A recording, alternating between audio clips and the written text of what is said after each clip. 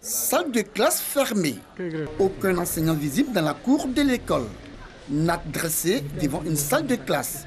C'est le triste décor que présente le groupe scolaire Cité des Arts dans la commune de Cocody cet après-midi du lundi 10 décembre. Comme je suis dans une classe d'examen, j'ai décidé de réviser avant d'aller à la maison. Informé par le directeur de l'établissement ce matin de la reprise des cours le lundi 17 décembre prochain, Marina, élève en classe de CM2, se rend quand même à l'école, espérant trouver un enseignant pour les cours. J'étais venu revoir aussi l'après-midi, d'aller faire le cours. Mais je constate qu'il n'y a personne, donc il est parti à la maison. Même décor au groupe scolaire, les deux plateaux. Le portail de l'établissement est resté fermé toute la journée. Depuis ce lundi matin, les enseignants des écoles primaires publiques observent un arrêt des cours de 5 jours pour réclamer une amélioration de leurs conditions de travail. Ces enseignants répondent à l'appel de l'intersyndicale de l'enseignement préscolaire et primaire de Côte d'Ivoire et ISEPSI. Plusieurs points au menu des revendications. La suppression des cours de mercredi, l'organisation des concours exceptionnels de promotion dans les emplois de l'enseignement préscolaire et primaire des grades C3, B3, A3 et A4. La finalisation du profil de carrière et la suppression de la fonction d'instituteur adjoint.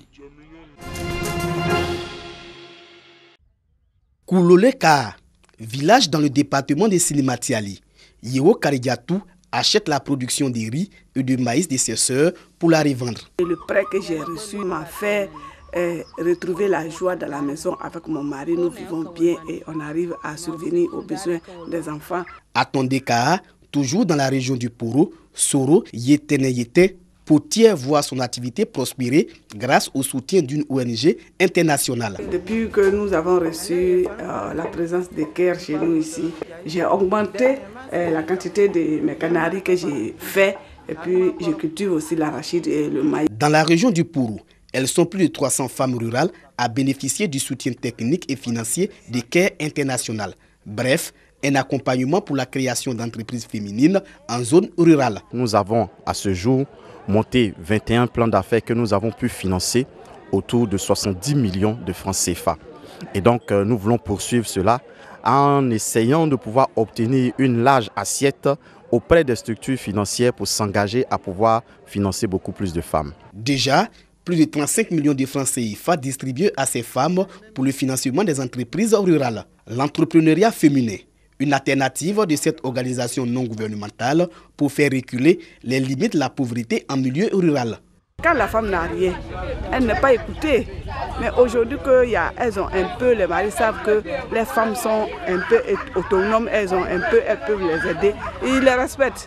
Avant le décaissement des 35 autres millions de francs CFA restants, ces femmes ont été visitées par des femmes modèles et une délégation des CARE internationales. Dans toutes choses, il y a toujours des difficultés, mais de ne pas avoir peur des difficultés. Parce que quand tu dis que j'ai des difficultés, que tu te décourages, tu ne peux jamais avancer. On voit qu'elles s'engagent à pouvoir améliorer leur cadre de vie. Et on remarque qu'au fur et à mesure, ces femmes-là sont en train d'acquérir des biens qui leur permettent de pouvoir véritablement être autonomes et d'avoir un cadre de vie qui soit vraiment, j'allais dire, bien. À Korogo, une journée de plaidoyer pour attirer l'attention des autorités administratives, politiques sur la question foncière. Seulement 7% des femmes bénéficiaires de ce projet ont un accès facile aux terres.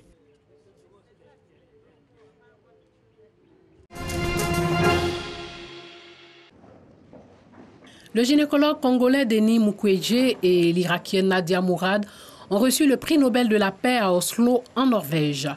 Ils espèrent que ce prix contribuerait à lever l'impunité des auteurs de violences sexuelles. Comme des milliers de femmes yazidis, Nadia Mourad a été enlevée, violée, torturée et échangée par les djihadistes du groupe État islamique après leur offensive contre cette communauté du nord de l'Irak en 2014. Ayant réussi à s'évader, la jeune femme, dont la mère et les 6 frères ont été tués, se bat aujourd'hui pour que les persécutions des siens soient reconnues comme génocide. Ce prix Nobel ne fera pas disparaître les violences ni les attaques sur les femmes enceintes, les enfants, les bébés. Mais notre objectif, c'est que ce prix ouvre des portes et je crois que c'est déjà le cas. Ce prix nous a ouvert des portes. Nous pourrons nous tourner vers des gouvernements plus nombreux.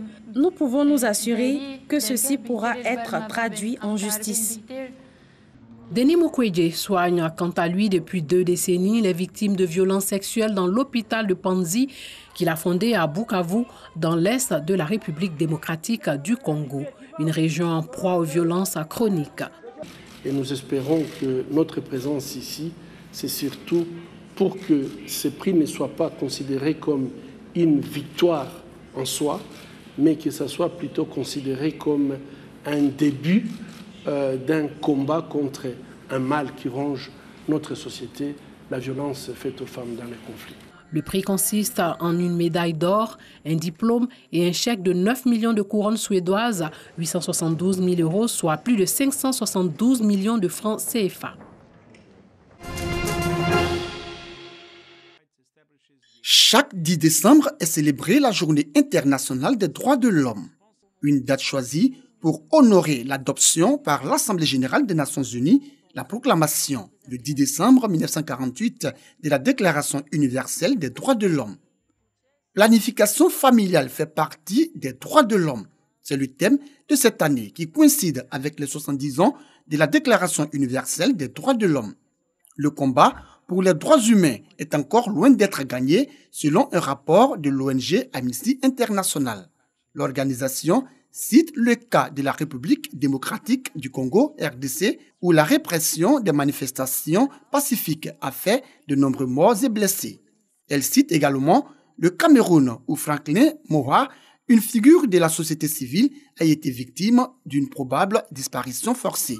Au Togo, Amnesty International dénonce l'arrestation de militants pour la démocratie.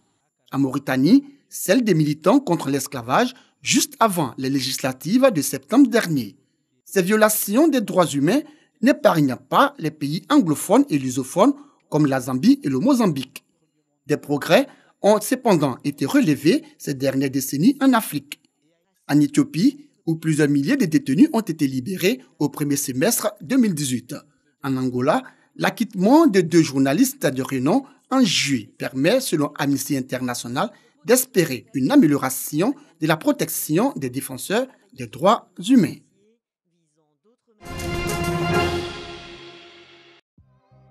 La Côte d'Ivoire ne sera pas prête pour la CAN 2021. Déclaration faite par le président de la CAF, Ahmad Ahmad, sur plusieurs médias au sortir de la 2e Assemblée générale extraordinaire de l'institution tenue le 30 novembre au Ghana. Des propos qui ne font pas l'unanimité au sein du comité exécutif à entendre Moussa Bility du Libéria. I can say this as an executive committee member and also member of the emergency committee. Je peux dire, en tant que membre du comité exécutif et aussi du comité d'urgence, la CAF doit faire attention à cette déclaration pour éviter de se créer des problèmes. Nous avons traité seulement le cas du Cameroun. Pour la Côte d'Ivoire, nous avons décidé d'envoyer une équipe technique pour contrôler si les préparatifs avancent. C'est seulement lorsque le rapport sera en notre possession que nous serons à mesure de prendre une décision pour 2021 et 2023. Il n'a jamais été question de déplacer la CAN de la Côte d'Ivoire. On a pris la décision pour le Cameroun à 6 mois de la compétition. On ne peut pas décider pour la Côte d'Ivoire à 2 ans. Notre position aujourd'hui est très claire. Aujourd'hui, le pays hôte pour 2021, c'est la Côte d'Ivoire et 2023, la Guinée. Toute autre chose qui a été dite n'implique pas le comité exécutif. Concernant la Guinée, je ne peux pas en parler parce que moi, je ne parle pas français, donc je ne sais pas ce que le président et le vice-président ont déclaré. Mais je sais que le comité n'a jamais décidé d'arracher la CAN à la Côte d'Ivoire. En attendant une éventuelle notification officielle, la CAN 2021 appartient toujours à la Côte d'Ivoire.